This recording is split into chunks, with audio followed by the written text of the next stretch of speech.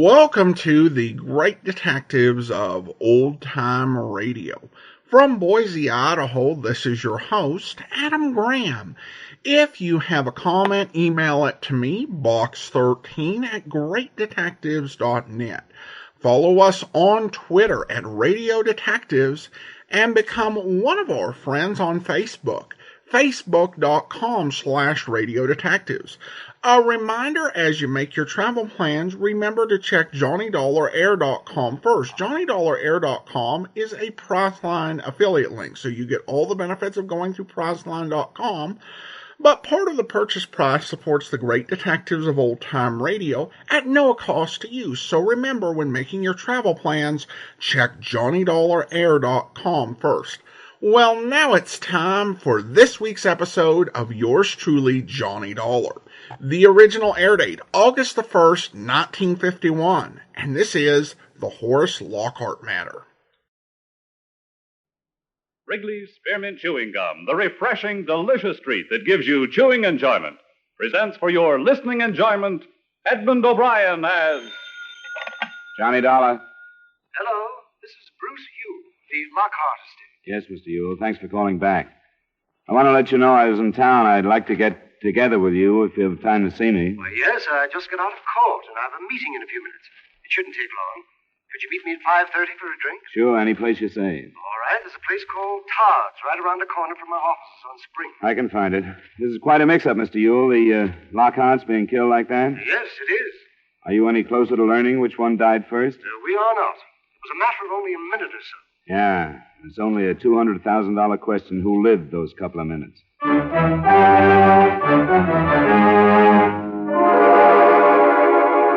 the makers of Wrigley's Spearmint Chewing Gum bring you Edmund O'Brien in a transcribed adventure of the man with the action-packed expense account, America's fabulous freelance insurance investigator. Yours truly, Johnny Dollar.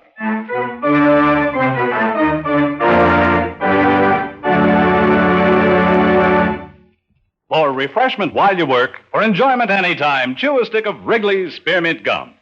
The delicious, long-lasting, real mint flavor of Wrigley's Spearmint cools your mouth and freshens your taste. The good, smooth chewing helps keep you feeling fresh and alert. Adds enjoyment to whatever you're doing. So indoors, outdoors, at work or play, enjoy chewing Wrigley's Spearmint Gum. Wrigley's Spearmint. Refreshing, delicious.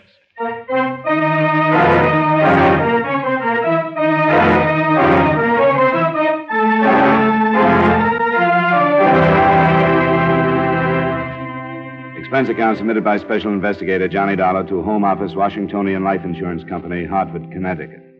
The following is an accounting of expenditures during my investigation of the Horace Lockhart matter. Expense account item 1, $8.90, fare and incidentals between Santa Barbara and Los Angeles. Your Los Angeles agent found that I was on a case in Montecito and saved you some $200 in fare from the East Coast to Los Angeles by bringing me down from Santa Barbara. At 5:30 that same afternoon, I met Mr. Bruce Yule, attorney for the Lockhart estate.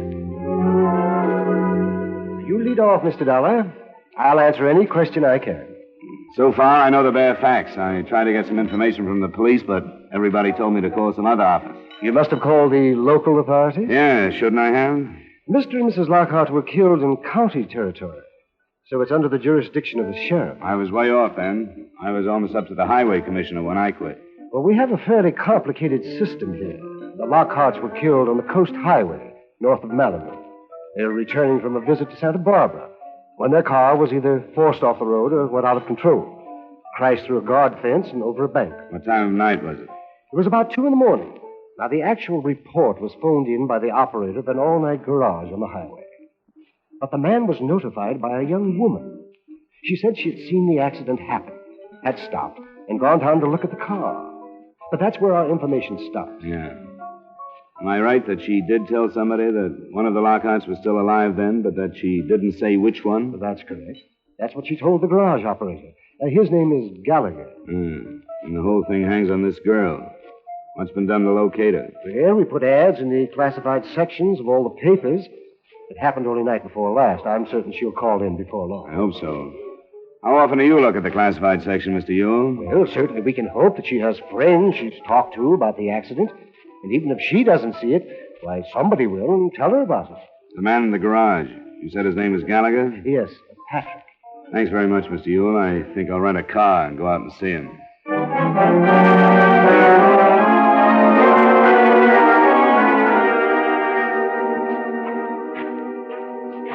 Good evening. Hi. You Mr. Gallagher? Yeah, that's right. My name is Dollar. I'm an investigator for an insurance company. I'd like to talk to you about that accident the other night. That Lincoln with the man and his wife? Yeah, the Lockhart. Oh, that was a mess. We should get him on this highway. Crazy fool drivers. He was quite a big shot, I read. He was. What I want to find out about is the girl who reported the accident to you. I don't know anything about her. She busted in here all excited and told me about it, and then she left. Never saw her before, and I haven't seen her since. What exactly did she say? You remember? What do you mean? I'd like to learn her exact words if you remember them. What's so important about her? We're looking for her. I'll explain it to you.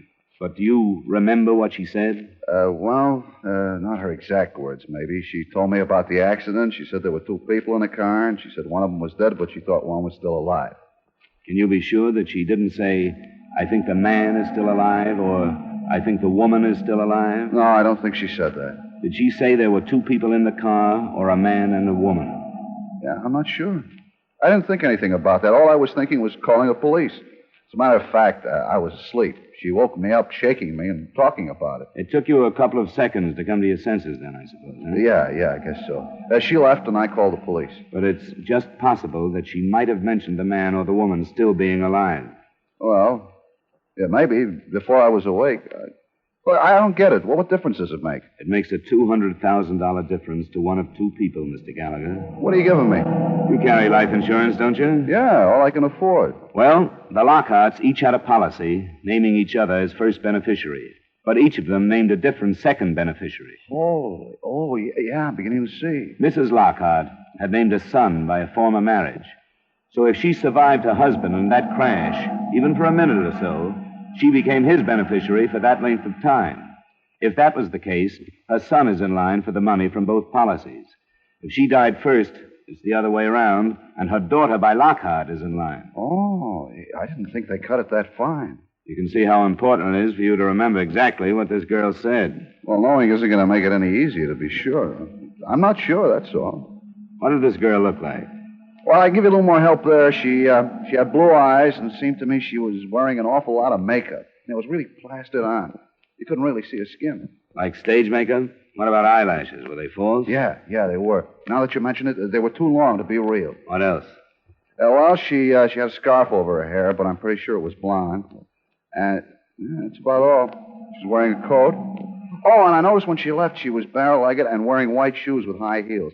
Her legs were tan, so maybe she lives on the beach around here someplace. Could that have been makeup on her legs, too? I don't know. Maybe it was. What about her car? What kind was it? What color? I didn't see it. Didn't see it? No, she parked there by the side of the building where you did. When I was on the phone, she pulled out and headed toward L.A. It sounded like about a Chevy or a Plymouth, something about that size. Yeah. Well, thanks, Mr. Gallagher. If you think of anything more, I wish you'd call me. I'm at the Homeby Hotel on Wilshire.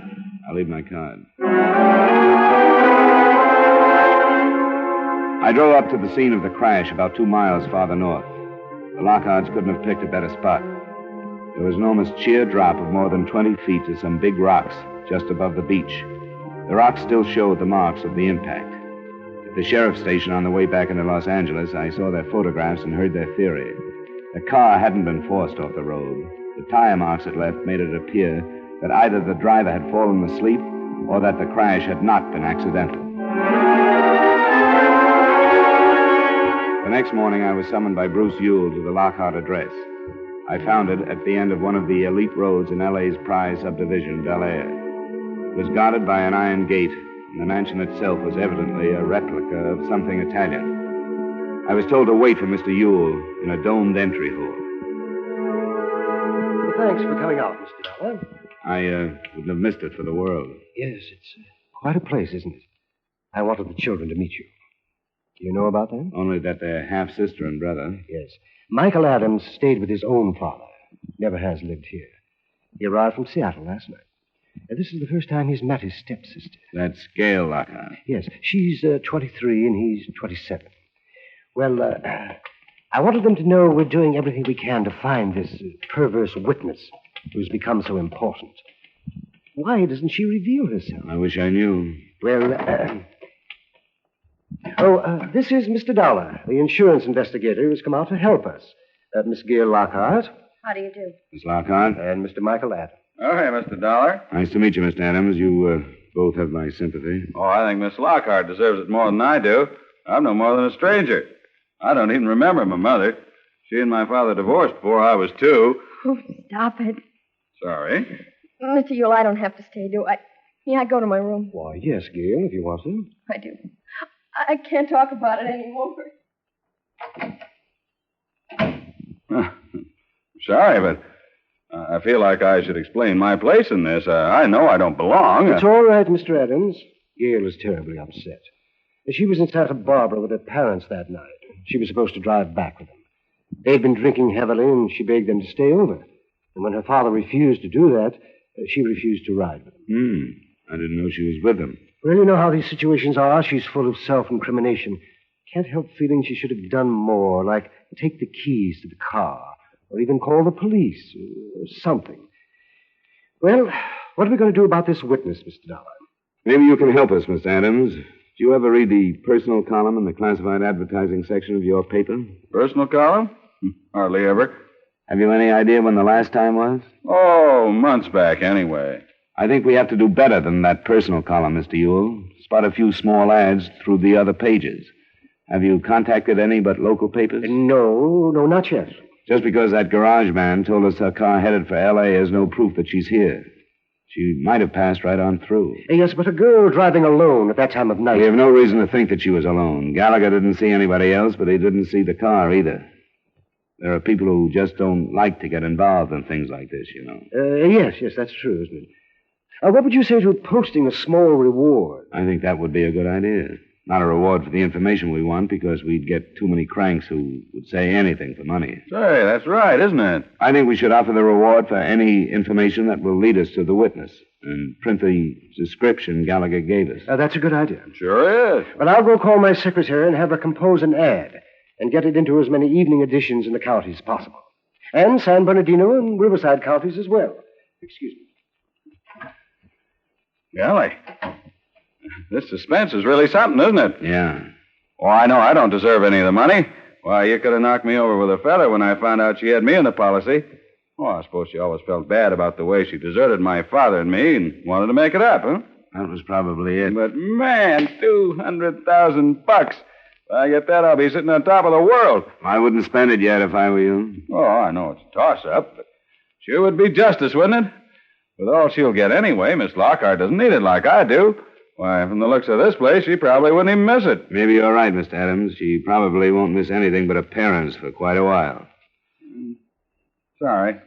Can't seem to say the right thing around here. Practical Mr. Adams had to wait along with the rest of us.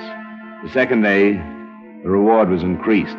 It was increased the third and the fourth day until it stood at $1,000. There it stayed for fear somebody was sitting on the information and watching the price of it go up. A few newspaper and radio reporters played it up on the mystery woman angle, but the actual $200,000 question we wanted to ask her was never let out. We had some worthless reaction, but on the seventh day, we got what we figured was our first break. An apartment house manager phoned Bruce Ewell, and I went out to talk to her. Well, it's not me alone, Mr. Dollar. A few of my tenants have mentioned it, too. We're all curious about this mystery woman, you know. Uh-huh.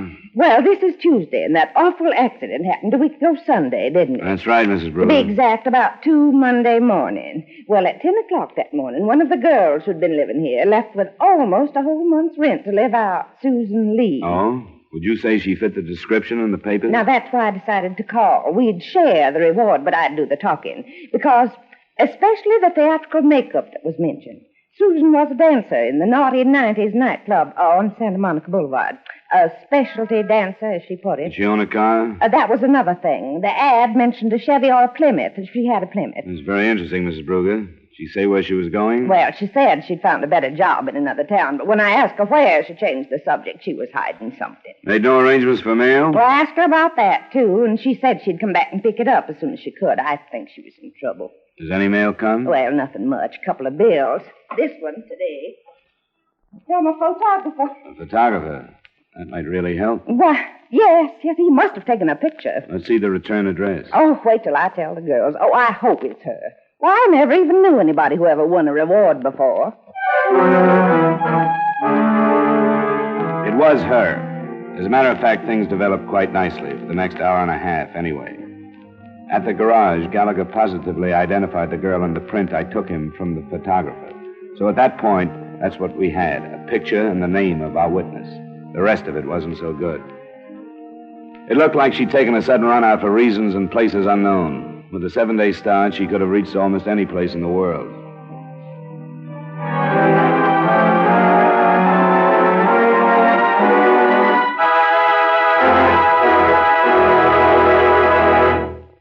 For refreshment while you work, for enjoyment anytime, chew a stick of Wrigley's Spearmint Gum. When your mouth feels dry, when you're warm or tired, Wrigley's Spearmint is really refreshing. A lively, full-bodied, real mint flavor cools your mouth, moistens your throat, freshens your taste. And the chewing itself gives you a little lift, helps you feel your best and do your best. So for chewing enjoyment plus pleasant refreshment, chew delicious Wrigley's Spearmint Gum. And now, with our star, Edmund O'Brien, we bring you the second act of yours truly, Johnny Dollar.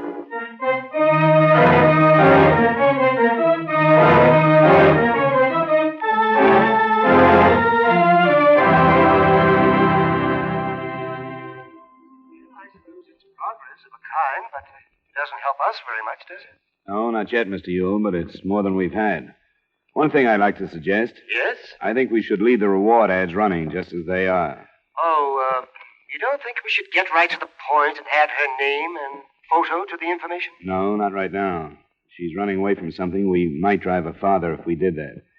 I think we should go on as if we haven't learned anything. Oh, yes, I suppose you're right. In the meantime, I'll see what I can dig up. The Santa Monica Boulevard Club where Susan Lee had worked was open, but almost empty at 3 that afternoon when I went in. Just the bar was in operation, but a series of larger-than-life-sized posters on the wall promised entertainment nightly by outstanding personalities of the dance. I found the manager in his office. What was the name again? Dollar, the bartender told me where I might find you, Mr. Cobley. I'd like to talk to you about a girl named Susan Lee. Well, what about it? Come on in, come on. I can spare a few minutes. Thanks. You a cop of some kind? Private one. Why? You expecting something? No, not especially. Except the way Susan dropped out of sight all of a sudden and the way you come in asking about her. What's up, anyway? I was hoping you could tell me. I'm working for an insurance company. All I want with this Lee girl is a statement about an automobile accident she witnessed. Oh, hey. Is this what's been running in all the papers? Yeah. We've been trying to find her for a week. And it's Susan? That's right. What a dope that makes me. And a lot of other people around here. Are you sure? A guy identified her picture. Why didn't I think of that? You know why? Because the papers gave the idea that this dame was coming to Los Angeles from some town up the coast. That's all we know, that she was driving south. How could Susan be driving any place up there at 2 in the morning? The last show here was at 1:15. I'm more interested in knowing where she is now. I take it you don't know. No. Her contract had another week to run, but she called me one morning a week or so ago and said she was sick and could she quit. Is that a Monday morning? Well, I can find... Yeah, sure it was. She called me at home. We're closed on Mondays. Hey, I think I got something for you. What? Well, one of the other girls picked up a pay for her. She wanted to quit, she told me, and I don't make any trouble with the girls who want to leave. And then she wanted Lamine to pick up her check. Well, I said that'd be okay if she sent a note authorizing it, and she did. This, what did you say, Lamine? Yeah, that's her stage name. You know, these girls get those monikers legalized when they're too young to know any better, and then they're stuck with them. Lamine Dunn. You can tell before you see her that she's brunette and specializes in tassels. Would you mind giving me her address? No, I've got it right over here. Susan must have some hot dough to be worth $1,000 reward. I wish I could tell you, but I can't. It's worth plenty. No, I wasn't pushing for information. Yeah, here it is. The Wesley on Wilcox. Good. Thanks very much. Oh, sure. I don't care what you don't tell me. But anybody could use a hunk of that reward these days. I'll remember what you've done, Mr. Cobley. We'll see what we can work out. Thanks again. Sure.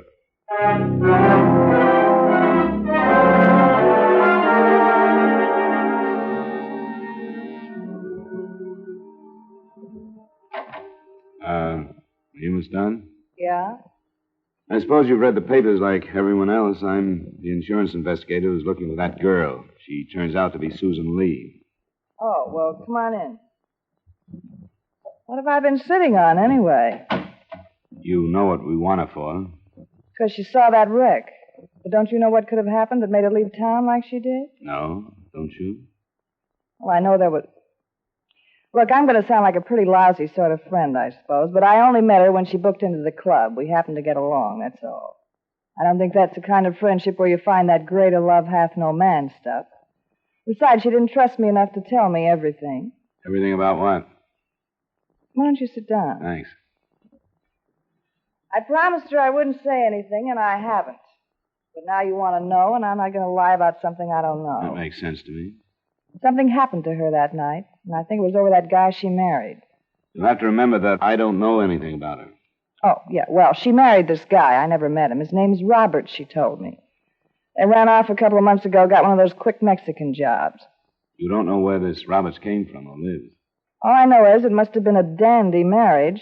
She still lived in her apartment, and maybe once or twice a week she'd leave after the last show and run up the coast and meet him. She said he traveled a lot. And I believed it, but not the way she meant it. She sounds a little naive for her profession. No, she isn't. Wasn't. I guess everybody really takes a fall sooner or later. But she came here that night, or morning, I guess it was 3:30. She still had her stage makeup on. She said something happened. She had to get out of town. That's all she'd say. She mentioned seeing the accident? No, just kept on saying something happened. Something awful happened. She had to leave town. Could she have caused that accident? The police say no other car was involved. Oh, then it must have been that husband. You know his full name? Yeah, it was Phil. I heard her say that. Philip Roberts. Probably a common name, but we'll get on it. You talked to her the next day, about a paycheck? Yeah, she phoned me, and she told Mr. Cobley she was sick because she didn't want him to ask questions about why she was leaving. So I went down and got her check. I met her in a drive-in joint on Santa Monica, and the same thing, and making me promise not to tell anybody. You have any idea where she might have gone? Yeah, I have. Where? Once a week, every Sunday, Susan used to get flowers. She used to say they were from some masher in San Diego. She'd tear up the card and let the flowers dry up on her dressing table. Bouquet came that Sunday night, and she didn't even unwrap it. It was one of those what's the future nights for me. I was figuring how many years I had left in the racket, wondering what had made me go wrong, with the way I spent all the time I'd been in it. Well, I was real gone. When Susan left, I took her flowers and brought them home, and I read the card. It said, as usual, if you ever need me. That's where she's gone. Do you know, or are you guessing? Both, I guess. I met one like that when I was Susan's age. That's where I should have gone. Maybe she did. I still got the card with the name of the florist on it.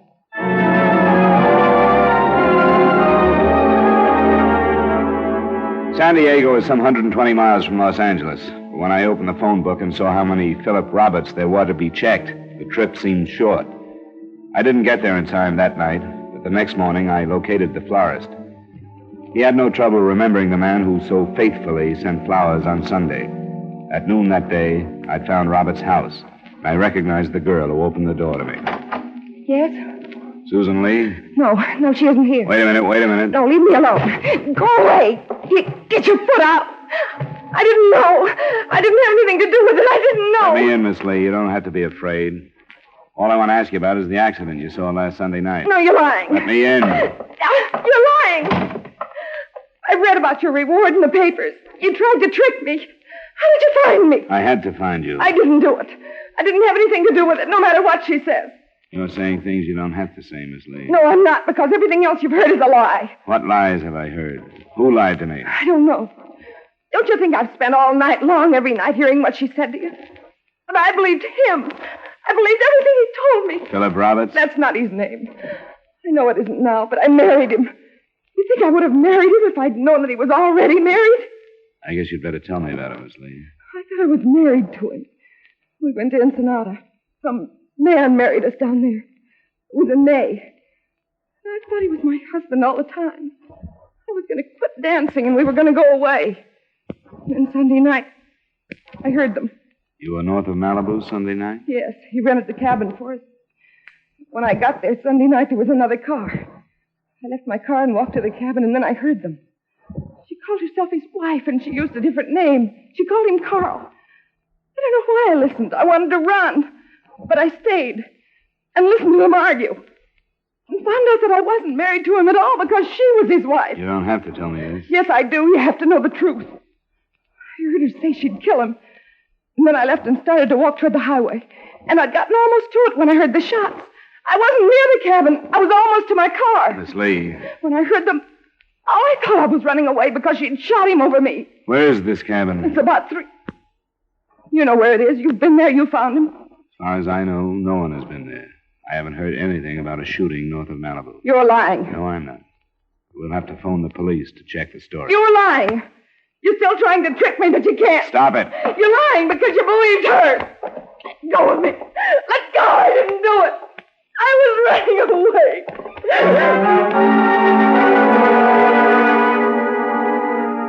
away. It took some time to digest it. I called the police and saw Susan Lee on her way back to Los Angeles with them, and then called Bruce Ewell. By the time I had driven back, he'd spent a half hour with the girl and gotten the report of the police who visited the cabin. I was called to the Lockhart home for the second and last time, and together with the 2 prospective beneficiaries, I heard what the lawyer had to say. It's a pathetic story. This man entered a bigamous marriage contract with Susan Lee. His first wife followed him to the cabin. She didn't know about the marriage, but she suspected something. At the height of the argument, she shot him and then turned the gun upon herself. Miss Lee was afraid to surrender as our witness. They're both dead? Well, I'll be... Yes, but actually that's none of our concern now. This tortured girl did witness the accident, and in spite of her own problems, stopped to give what aid she could, which of course was none. Did you get a statement from her, Mr. Ewell? Yes, I'm afraid I did. Before a notary public, Susan Lee swore that the person who was alive at the time she viewed the wreck was Mrs. Lockhart. I knew it. Hot dog. Shut up. Make him stop. Get him out of here. I can't stand it. Here, now, here. Let me take it to you. It's really true? Yeah, I guess it is, if Ewell says so. Man, $200,000. And for what? For being born to the right mother. That's what I call profit on a small investment. Yeah, I guess that's right. $200,000. Why, I bet I can invest that and live like a gentleman the way I've always wanted to. I wonder how much this house costs. Nothing like this in Seattle, but I might show them a thing or two.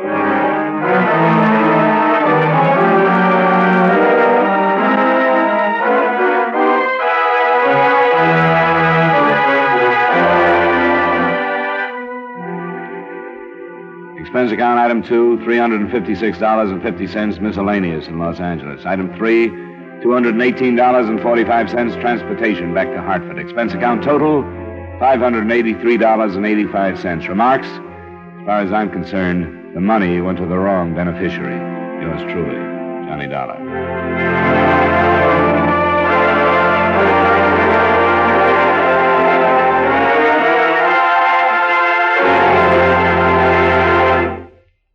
Remember, friends, for refreshment while you work, for enjoyment any time, chew a stick of Wrigley's Spearmint Gum. There's lots of lively, real mint flavor in it to cool your mouth, freshen your taste, and sweeten your breath. And chewing Wrigley's Spearmint helps keep you fresh and alert. You feel better, work better, get more fun out of doing things. So indoors, outdoors, at work or play, always keep delicious Wrigley's Spearmint Chewing Gum handy. For refreshment while you work, for enjoyment anytime, chew a stick of Wrigley's Spearmint Gum.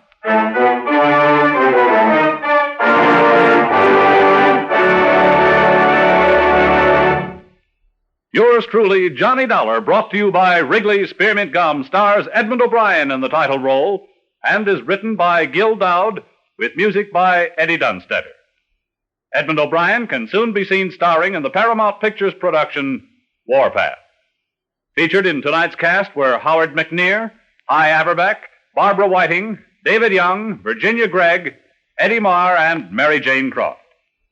Yours truly, Johnny Dollar, is transcribed in Hollywood by Jaime Del Valle.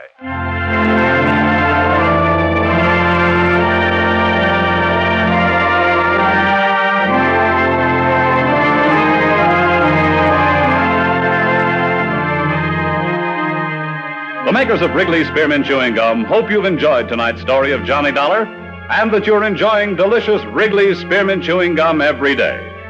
We invite you to join us again next week at the same time when, from Hollywood, Edmund O'Brien returns in another adventure of Yours truly, Johnny Dollar.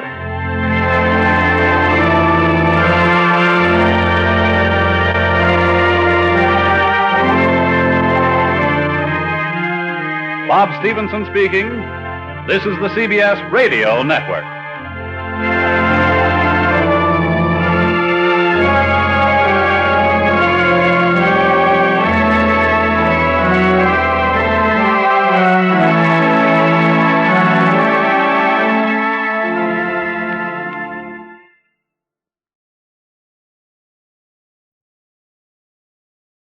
Welcome back. An unusual mystery setup, and I think really does fit well with insurance. Of course, Johnny did offer his opinion at the end, and I imagine if I was at the insurance company, I'd read that and I'd say, okay, that's great. Let me just go ahead and write your check. Because it really doesn't matter if you think the wrong person got the policy. So in this case, I really do sympathize with Johnny, because this guy was insufferable. I mean, the way he was set up and his overall story with his mother abandoning him at a young age, if he had been affected by that, I think you could definitely sympathize with the guy, even if he was doing wrong, because he was acting out in sort of a way to try and work through or strike back at something horrifically painful. But essentially they made him very blasé about the whole thing and just come off as this sort of fortune hunter who saw a big opportunity to make a strike. And Johnny's investigation results in him being able to get